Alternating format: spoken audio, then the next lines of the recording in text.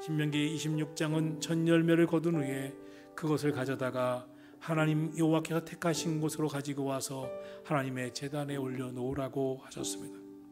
하나님은 그 무엇보다도 첫 열매에 대해 주목하시고 첫 열매를 드리는 마음을 보셨습니다. 하나님은 우리의 마음을 보기를 원하시는 분이십니다. 그래서 창세기 22장에 보면 아브라함을 시험하시사 아브라함에게 이삭을 번제물로 드리라고 하셨습니다. 사무엘상 16장에서는 다윗이 그를 해치려고 추격하던 사울 왕을 죽일 수 있는 절호의 기회를 얻게 됩니다. 다윗과 그의 부하들이 쉬고 있던 동굴 속에 사울 왕이 혼자 들어와서 잠을 청하고 잠을 자고 있는 것이었습니다. 그때 신하 중에 하나가 절호의 기회입니다. 이번 기회에 사울 왕을 해치고 더 이상 추격당하지 말자고 건의합니다. 그러나 다윗은 그는 여호와의 기름 부은 자입니다. 그를 해치는 것은 하나님께 범죄하는 것입니다. 그렇게 할 수가 없습니다. 적극적으로 만류합니다. 이런 다윗의 마음을 하나님이 지켜보시고 내 마음에 합한 자라 기억하셨습니다.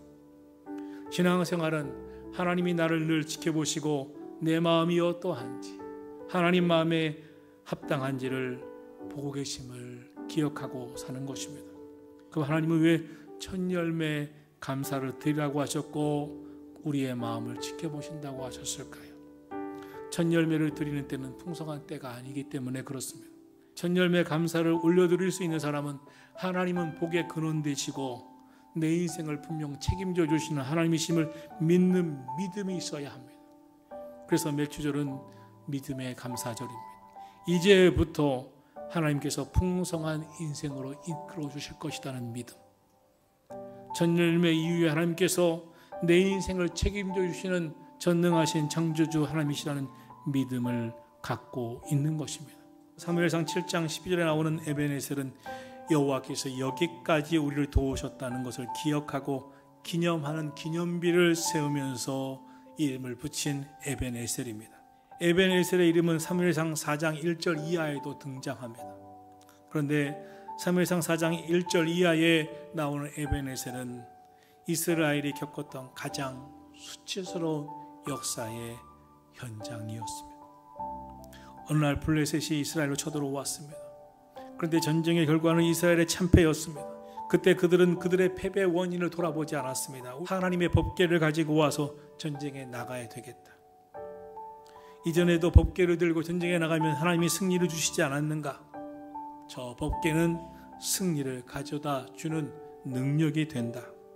그러면서 법궤를 들고 나가 전쟁에 임했습니다. 그러나 하나님의 영광이 떠난 그들에게서 법궤는 더 이상 하나님의 능력이 되지 못했습니다.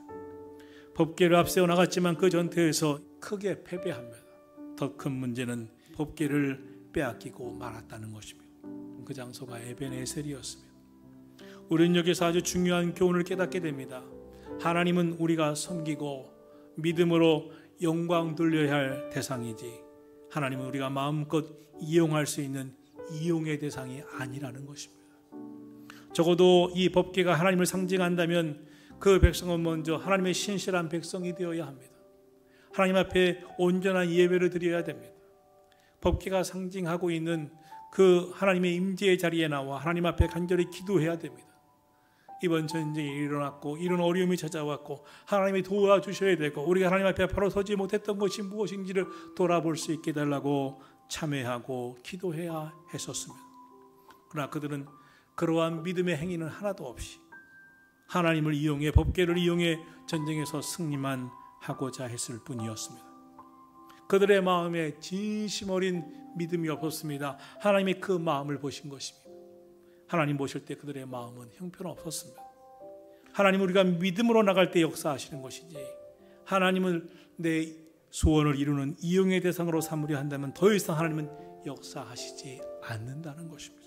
사무엘상 4장의 에벤에셀 전투에서 승리한 블레셋은 자신들이 이 전쟁에서 승리하고 전리품으로 법궤를 빼앗아 옵니다. 그리고 법궤를 가져다가 다곤의 신전인 다곤의 우상 곁에 거기다 두게 됩니다. 여러분, 어쩌면 이렇게 안타깝고 철저하게 비참해질 수가 있겠습니까? 하나님을 상징한 하나님의 법궤, 하나님 앞에 예배드리고 늘 찾아가 기도하던 그 장소, 그 법궤가 이방의 우상 신전이 있는 곳으로 옮겨져 우상 신 앞에 처박혀 있다니 얼마나 비참하고 가슴 아픈 일입니까? 하지만 블레셋 사람들이 전리품으로만 생각했던 법궤로 인해서 블레셋은 그 이후 엄청난 고통을 당하게 됩니다. 이스라엘의 죄악으로 말미암아 하나님의 영광이 떠나갔지만 하나님의 본래의 능력마저 사라진 것은 아니었습니다.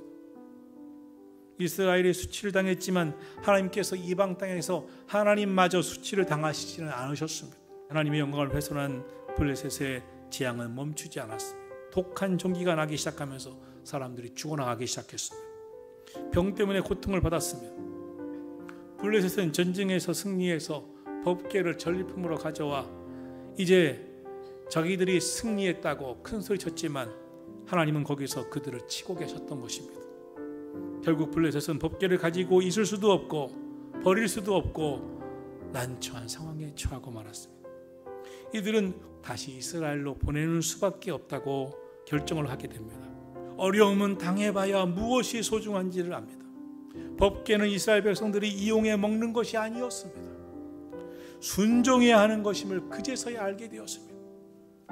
법궤는 이스라엘 백성들이 자기들의 필요에 따라 이용해서 되는 것이 아니었습니다.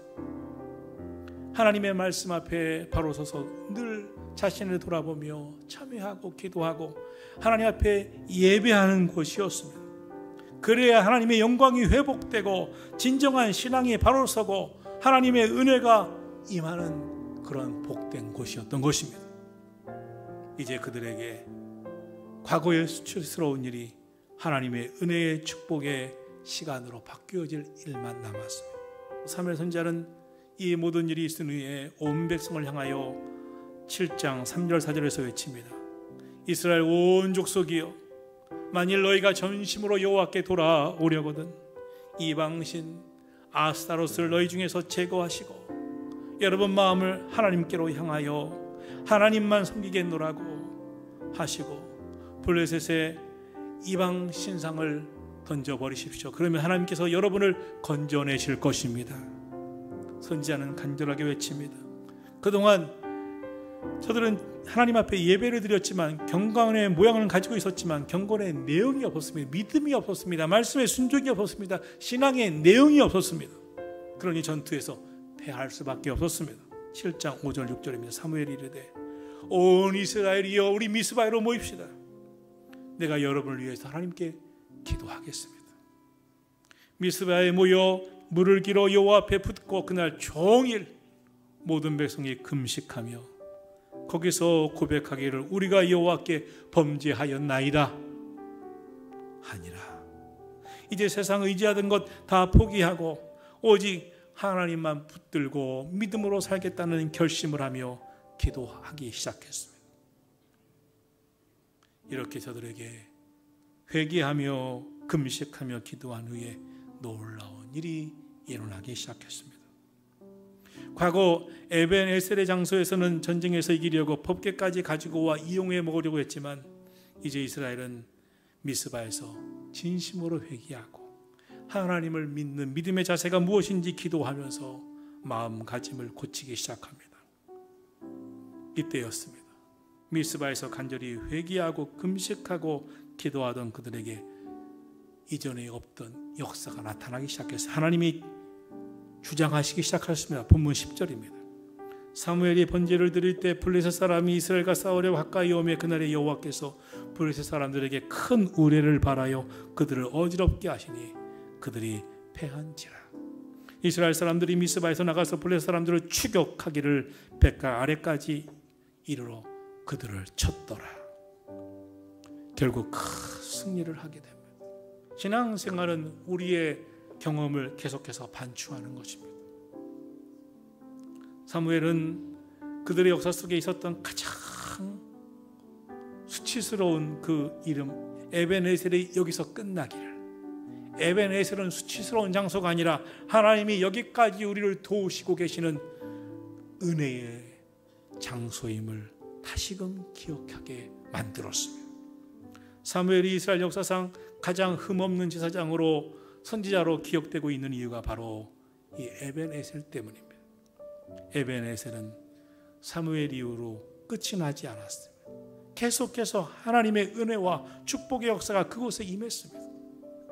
에벤에셀이 주는 교훈이 무엇입니까? 에벤에셀은 수치스러운 과거를 영광스럽게 바꾸어 주시는 하나님의 역사인 줄로 믿습니다. 하나님을 이용하려는 이들에게는 수치스러운 곳이었던 에벤에셀. 그러나 바뀌어져서 하나님을 찾아 회개하고 금식하고 기도하고 간구하고 하나님 앞에 번제 예배를 드린 이곳은 수치스러운 장소가 아니라 하나님의 은혜를 체험하는 복된 장소, 은혜로운 장소로 바뀌었습니다. 그래서 그들은 거기서 큰 승리를 얻게 되고 기념비를 세우며 에벤에셀, 하나님께서 여기까지 우리를 도우셨다고, 실패했었던 과거 잊어버리게 하고 수치스러웠던 과거 잊게 하시고 이제 하나님의 은혜를 생각하는 복된 은혜의 시간을 갖게 하셨다고 우리 감사하자고 기념비를 세우며 하나님 앞에 예배했습니다. 이후에 어떻게 됩니까? 사무엘상 7장 13절을 보겠습니다.